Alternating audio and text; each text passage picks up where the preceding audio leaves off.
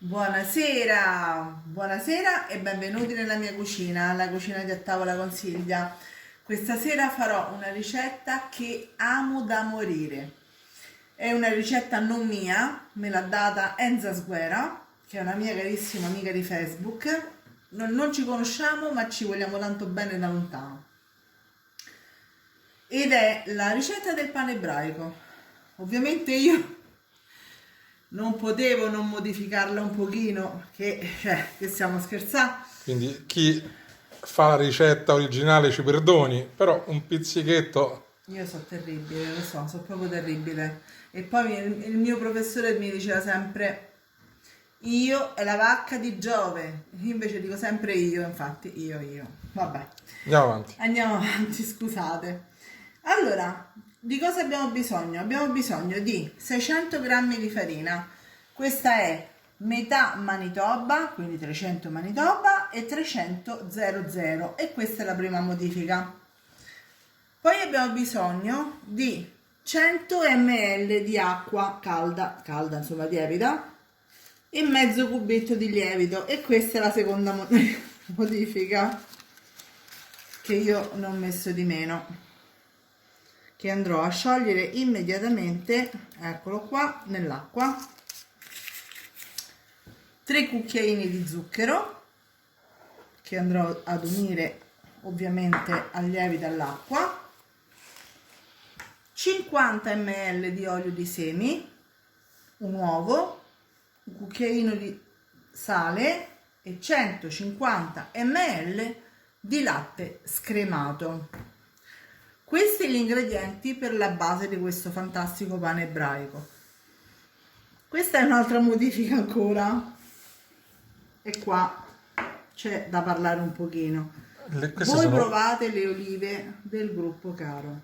Dovete assolutamente provare le olive del gruppo Caro. Questo è un tipo. Io vi do un consiglio.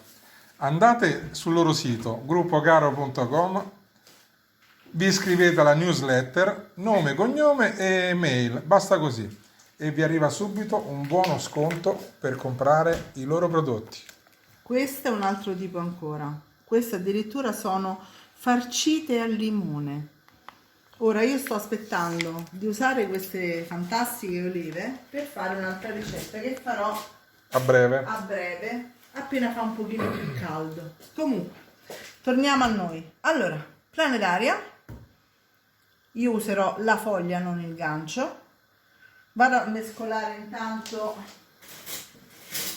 quello che ho messo qui, cioè zucchero, lievito e acqua tiepida, e andiamo ad unire gli ingredienti tutti tranne il sale, che metterò all'ultimo, e ovviamente le olive, perché poi le olive le userò per farcire questo fantastico pane.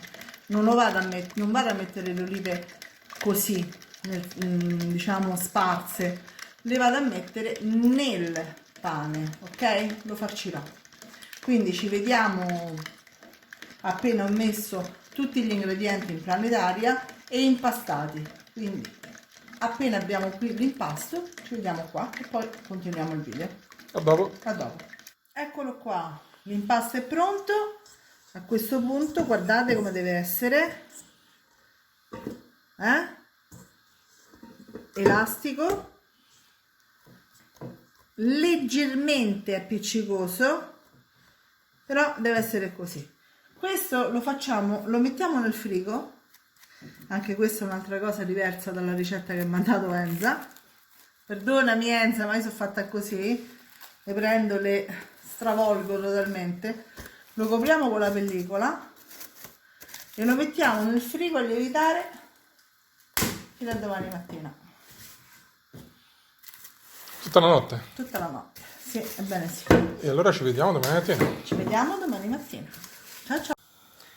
Eccolo qua, l'abbiamo appena tirato fuori dal frigo. Vedete quanto è lievitato nonostante Sì, stesse nel tantissimo. frigo? Esatto.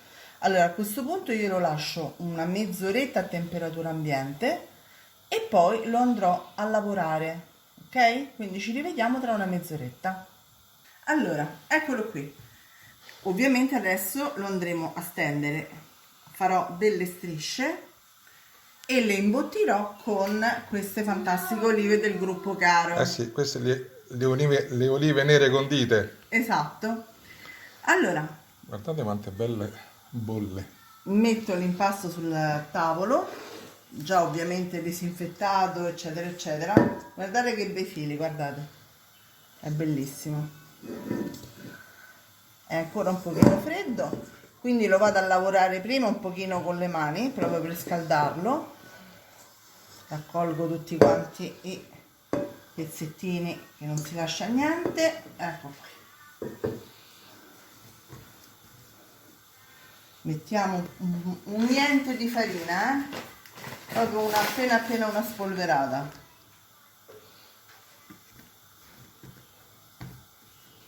Prendiamo il mattarello e facciamo una sfoglia, va bene? Ma non una sfoglia finissima, mi raccomando, una sfoglia diciamo di, ecco, di 1 centimetro più o meno. Ci vediamo tra un po'. Allora, eccoci qui. Facciamo delle strisce larghe circa, eccole qui, 4 dita, perché comunque ci devono entrare le olive e le dobbiamo poi chiudere.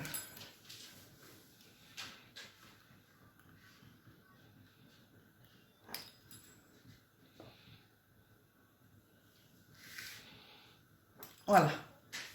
Fatto. Imbottiamo facendo una striscia di olive in questo modo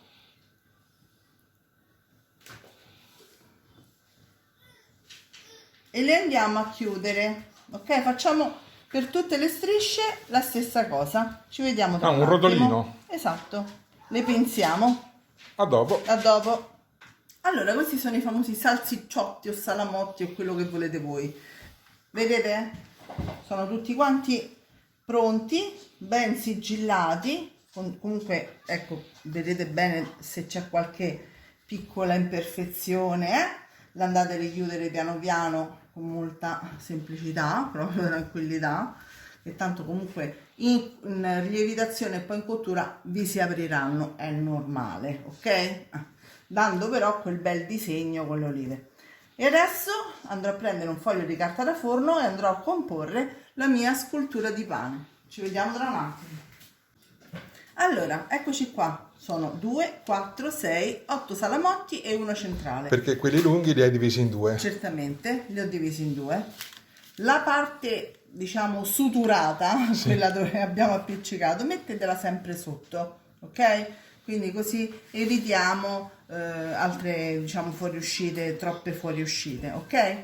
Adesso che cosa dobbiamo fare? Una cosa semplicissima, dobbiamo intrecciare i nostri lembi, diciamo, ok? Ecco, le intrecciate come volete, sotto, sopra, fate come volete, basta che poi alla fine date una sorta di punta, in questo modo. Ah, quindi uno può fare come vuole. Assolutamente sì, liberissimi. Però con una pizzicatina alla fine. Sì.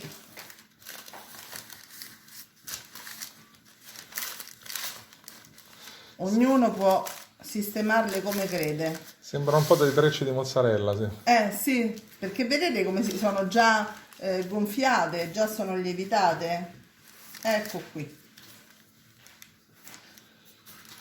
Ok, continuiamo. Il pezzo che avanza, perché mi è avanzato un pezzetto, lo vado a dividere in 2, in questo modo, e lo accartoccio a mo' di rosellina Che metterai al centro. che metterò qui.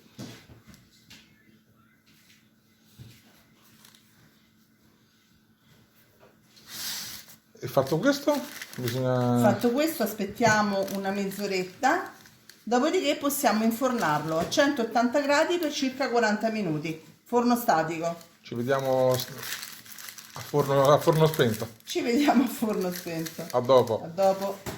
Mezz'ora, adesso ho fatto un tuorlo d'uovo con 3 cucchiai di latte, l'ho mescolati per bene e ora vado a spennellare tutta quanta la nostra scultura, tra virgolette, ok? Se volete fare in maniera che diventi ancora più giallo, diciamo, usate quelle famose uova che prendo io a pasta gialla, che purtroppo, come dico sempre, non si trovano sempre, Già. mannaggia. E poi in forno statico a 180 gradi per 40 minuti. E quindi ci vediamo fra 40 minuti. Ci vediamo tra 40 minuti. A dopo. A dopo. Forno già caldo, mi raccomando, eh. È pronto. Guardate Sì. che bello. Abbiamo aspettato che si raffreddasse per evitare sorprese, anche perché le olive incandescenti non è che siano proprio gradevolissime. No. Taglio? Visto che ci siamo, sì. Taglio nel centro così si vede meglio. Perfetto, bravissima. No, mi dispiace tantissimo. E vabbè, dai.